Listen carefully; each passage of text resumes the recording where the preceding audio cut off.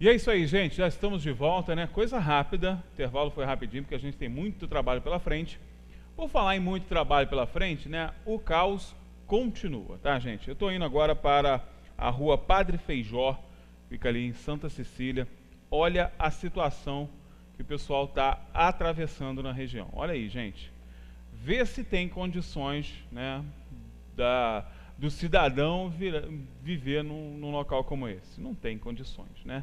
O pessoal está reclamando que já são 2 semanas de atraso, né, na coleta do lixo domiciliar, que é este problema seríssimo que a nossa cidade está, infelizmente, atravessando por conta, né, dessa anencefalia que nós estamos sofrendo aí na Casa Rosada, né? Infelizmente, está aí o registro. E outro registro que eu queria fazer aqui, antes da gente falar de memória, falar de coisa boa, ontem nós tivemos a oitiva do secretário de Saúde, interino, secretário de governo, seja lá o que for aí, o senhor Carlos Dias, na CPI que tem como objeto denúncias na área da saúde, especificamente na contratação de uma OS sem licitação para gerir, né, o pagamento de pessoal na UPA e em algumas unidades de saúde do município. Bom, essa contratação que está sendo verificada pela CPI não é essa que foi cancelada, né? A gente precisa deixar isso bem claro. A que foi cancelada não é objeto de investigação, até porque teve que ser cancelada mesmo, porque era absurda. Então, imagina, né? Você tem uma contratação anterior que está sendo investigada em uma comissão parlamentar de inquérito por abuso, né, do valor dessa contratação.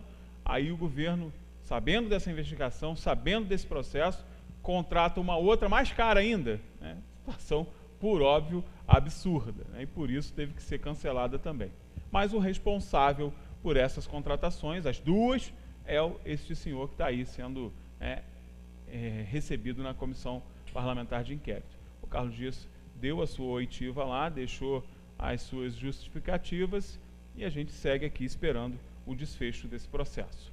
Lembrando que a comissão parlamentar de inquérito pode culminar em uma comissão processante que pode dar realmente aí cassação de mandato, entre outras coisas, inelegibilidade e a denúncia ofertada ao Ministério Público com todo o teor da investigação. Tem um julgamento político que pode se transformar em um futuro julgamento judicial, né? Bom, vamos falar com o chefe, né? Chefe, não precisou nem de medida coercitiva, né? Condução coercitiva lá, que é a possibilidade, tá? Real, o presidente da CPI, se o sujeito se recusar aí, ele pode pedir a condução coercitiva, né? É complicada essa questão da Câmara, né? O Poder Legislativo está tão assim desmoralizado no município, a partir desse processo dos abacaxis, dessas escutas do Tricano, autoconstruído, que né? até os secretários também ignoram a importância do poder, né? Desafiam o poder como se ali não fosse um poder constituído. Eles não podem olhar para o vereador pelo entendimento que ele tem de cada um deles, até porque a promiscuidade que havia entre esse próprio secretário e os vereadores, a mando do prefeito, remete a ele a esse abuso, né? a esse entendimento de que não está diante de um poder.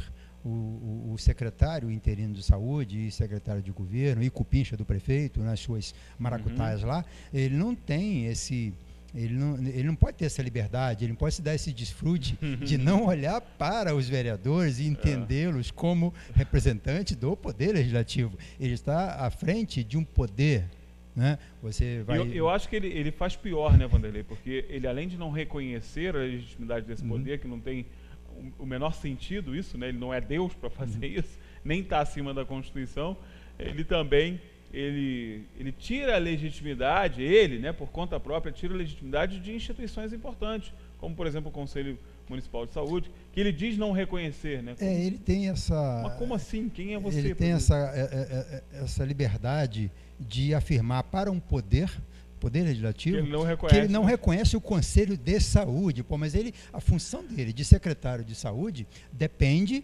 da relação harmoniosa e da relação institucional com o Conselho de Saúde. Se ele não reconhece o Conselho de Saúde, ele que vá para a Justiça questionar o Conselho de Saúde, e quando ele foi, ele se estrepou, claro, porque a Justiça entende que esse Conselho de Saúde que está aí, ele é legítimo, e se ele não é legítimo, ele que faça o Conselho ser legítimo, porque ele precisa de trabalhar.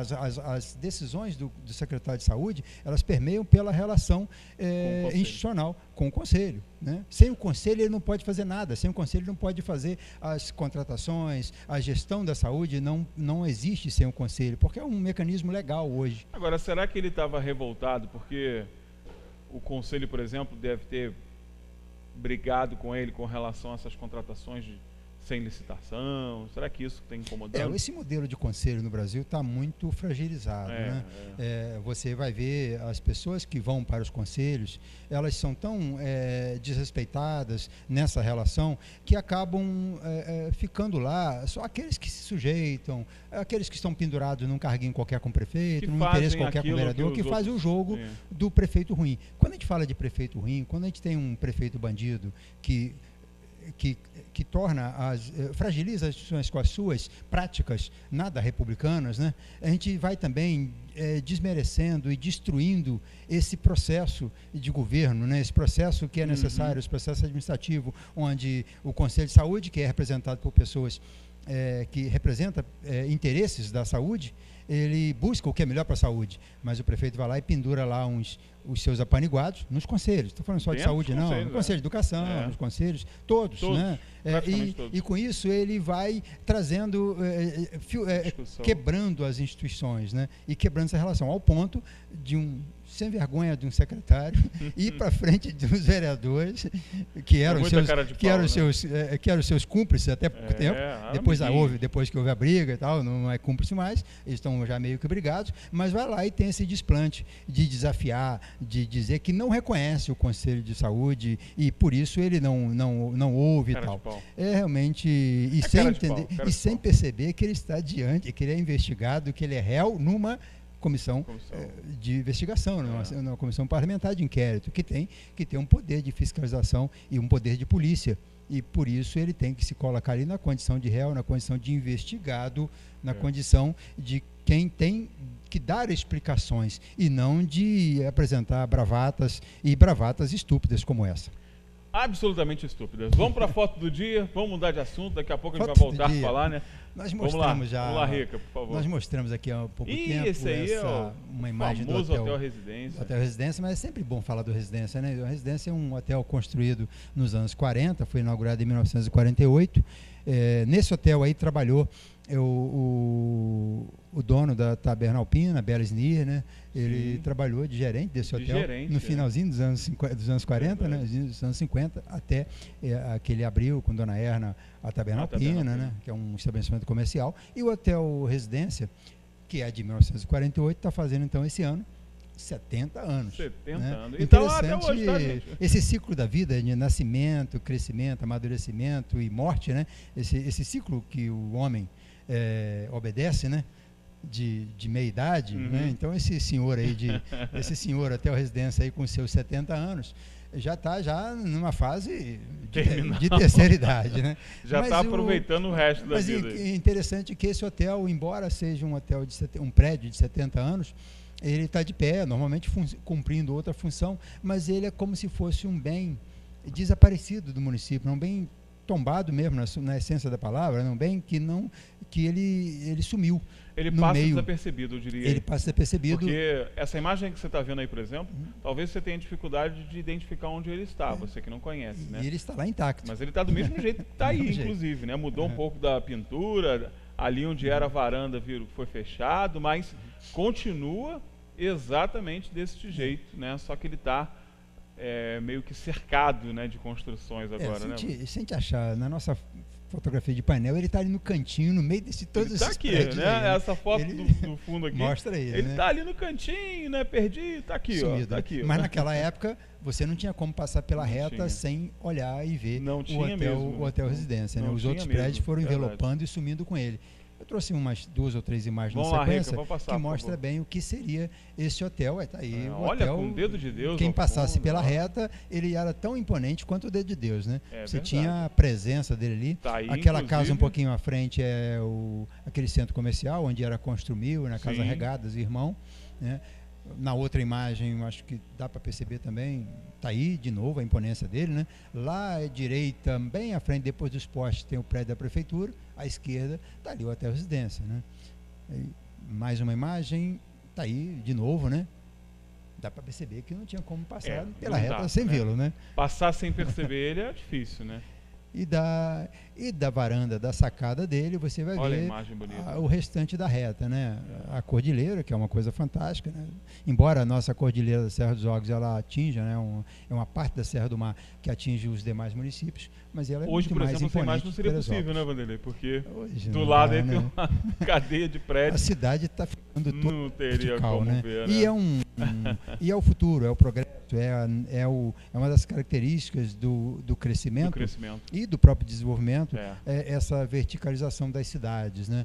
Pena que a verticalização ela é feita de forma inconsequente. Você planta um prédio com 32, 50 unidades de residência sem a menor preocupação de dar uma compensação para o entorno, né?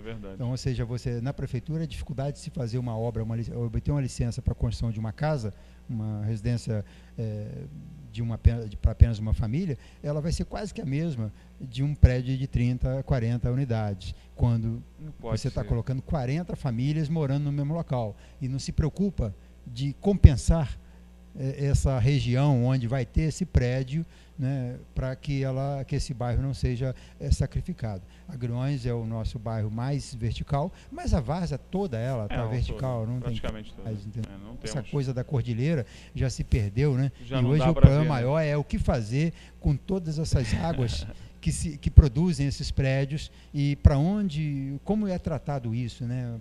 Qual é o filtro por onde essas águas passam até chegar no rio?